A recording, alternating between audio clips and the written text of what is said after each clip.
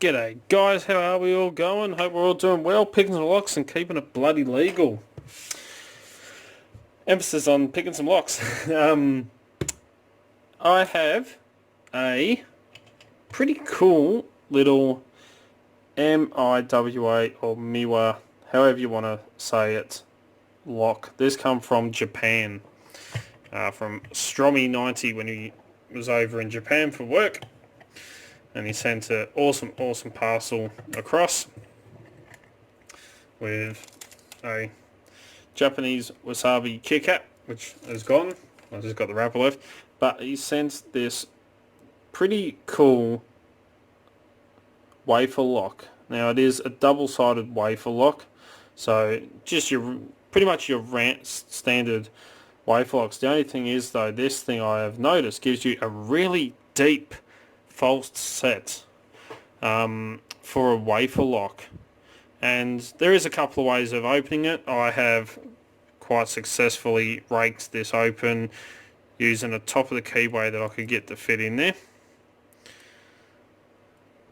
So I use the heavy bar from Sparrows and one of the most oversized picks you can get your hands on, the Octo Rake, and it does rake open quite easily. But again, when it comes to something like this, you know, it's easy enough to rake a lock open. I want to really show you how much of a fault set this thing gives, and you know, I enjoy single pin picking. It takes a bit more skill, a bit more finesse than raking, because raking, as we all know, is a a lower skilled attack compared to single pin picking, because you can just scrub away and reset and scrub away. It's a lot faster than single pin picking. So just to really show you how much of a fault set this thing gives, I will single pin pick it, because that way you can see it nice and slow rather than racing through raking it open. And also, just to show you, I am going to use top of the keyway on here. I'm going to pick to the left, so I'm going to put a black line on the keyway and the lock right at the bottom there. Put one here as well, just so you can really see how much of a false set this thing gives. It is quite a lot of fun, and to pick it, since they are wafers in there, I'm going to use the Sparrows HD, which is a nice little short fat hook.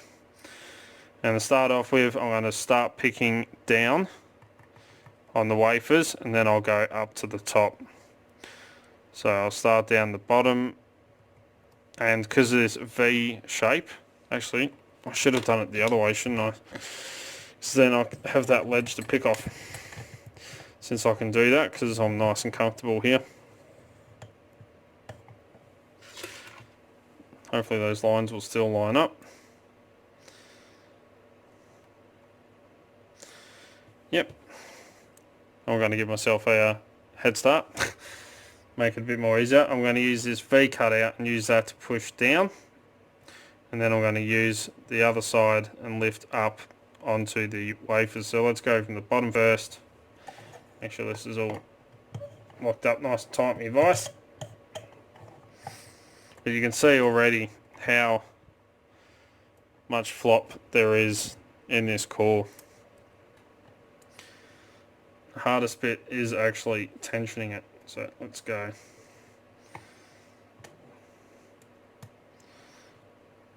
Push down on one, got a little bit of movement. I'm just working through, and I'm using quite heavy tension, which is alright for wafer locks. So I believe that's everyone set down the bottom. Now I'm going to go up to the top.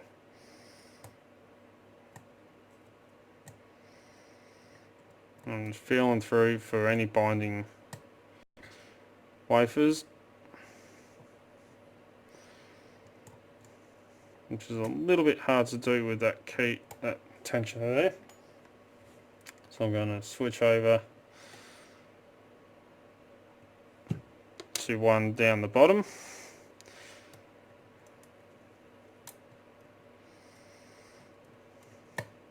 There we go, a bit more of a fault set.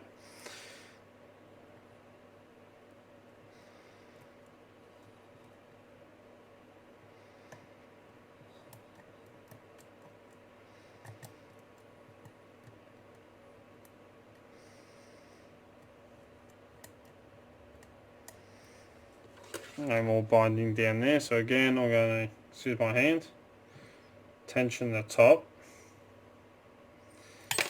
drop the bottom one out, hopefully not drop the top one, and then go down the bottom again.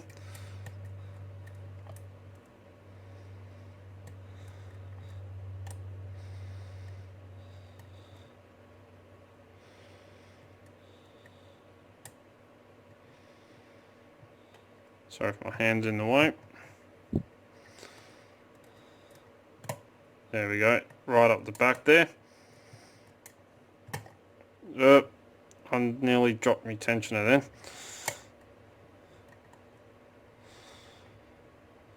So I don't know if you can see that, but our lines have actually moved quite a bit. So you do get quite a false set, which could be that there are false gates on this. I haven't gutted it to find out, because to gut this I will have had to destroy it.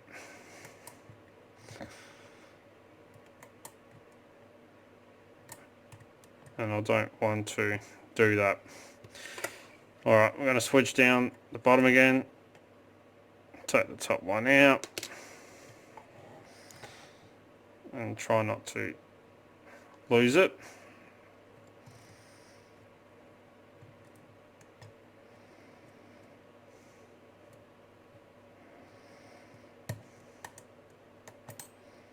Yep. That can be a problem. Switch that tensioner over. So we've got even more rotation on that core.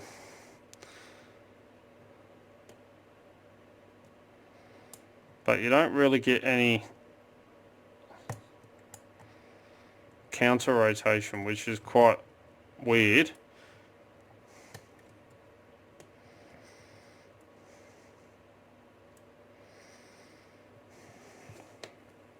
All you get is that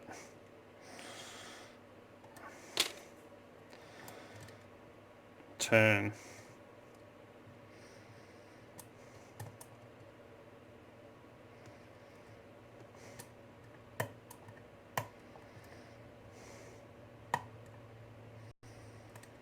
Sorry if my hand's blocking your view.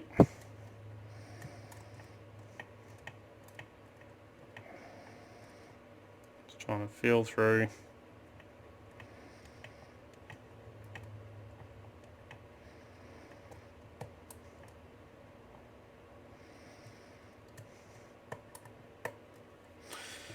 Going to switch again.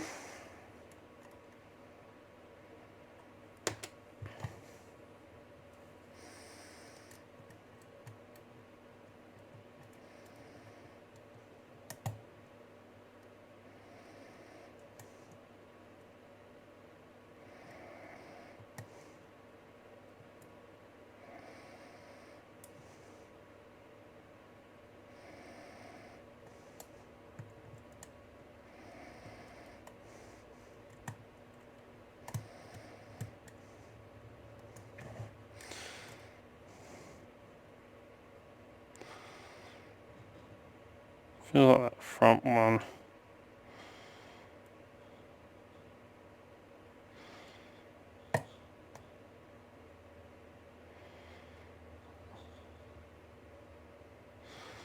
It's binding it, but I'm not 100% sure. Could be missing one at the back here.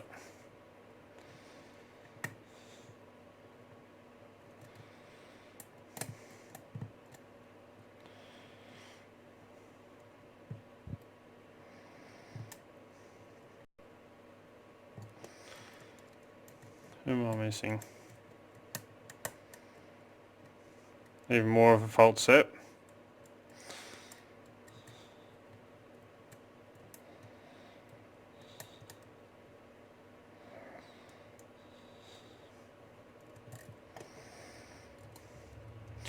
I could have had this open up quite quickly if I had have raked it, but there we go. Just wanted to show you how much turn you actually get on the core with this lock, being a wafer lock. But beautiful lock, very interesting design, really wide open keyway, so you can fit quite a thick pick in there. But it's actually quite amazing how much flop and how much of a fault set, because I don't know if you could see, but right just before it was picked, it was more turned on an angle, so that the inner line was actually sitting more along here, so you get quite a deep fault set on this wafer lock. But a lot of fun, beautiful lock. Let's clean that black marking off, and it can be raked very easily, but you know, it's really show you how much of a fault set you get. I thought it'd be more fun to SPP it. So there we go, the MIWA or Miwa, however you want to pronounce it, lock, all the way from Japan. So as always follow the codes, keep Locksport legal, you know, don't go do anything stupid. Please, down the bottom here is that little subscribe button, and right next to it is that bell icon, and the way YouTube's run everything now, you got to hit both of them. That way you can make sure you are subscribed to my channel, and that way as soon as I upload a video, you'll be one of the first to know. As you know, I try to upload 2 to 3 to 4 videos per week, depending on work and everything else that I've got going on. Don't forget to come and join us on Discord, Extraordinary League of Pickers. Links in the description. Click that link, come join us. Don't forget you can also find Dark Arts Lockpicking on Instagram, Facebook and Twitter, where I put up post photos, what's going on in the background, all the fun stuff that happens around here pretty much. If you're looking for great equipment at very affordable and competitive prices, please check out locksmithstoolbox.com. They're an awesome Australian company, and as you know, that's where I get all my lockpicking equipment from. If you would like to get in contact with me, contact me through any social medias, Discord, or send us an email at darkartslockpicking@gmail.com. I'll get back to you. If you like what you see, please give it a thumbs up. Really do appreciate it. And till next time, cheers guys.